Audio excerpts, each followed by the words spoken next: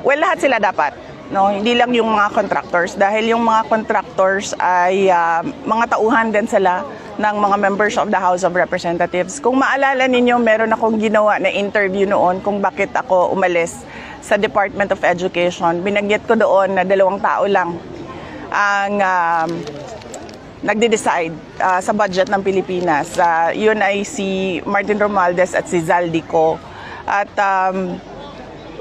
yung mga kasamahan nila o mga grupo nila, kasama din nila yon sa paghati-hati noong budget ng Pilipinas. Dahil nakita namin yon sa Department of Education, nabanggit namin yon kay BBM na ganun ang ginawa, pero noon ay wala siyang reaction.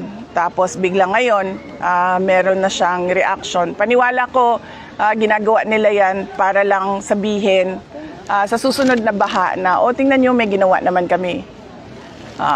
Pinaghahandaan niya lang yung excuse niya.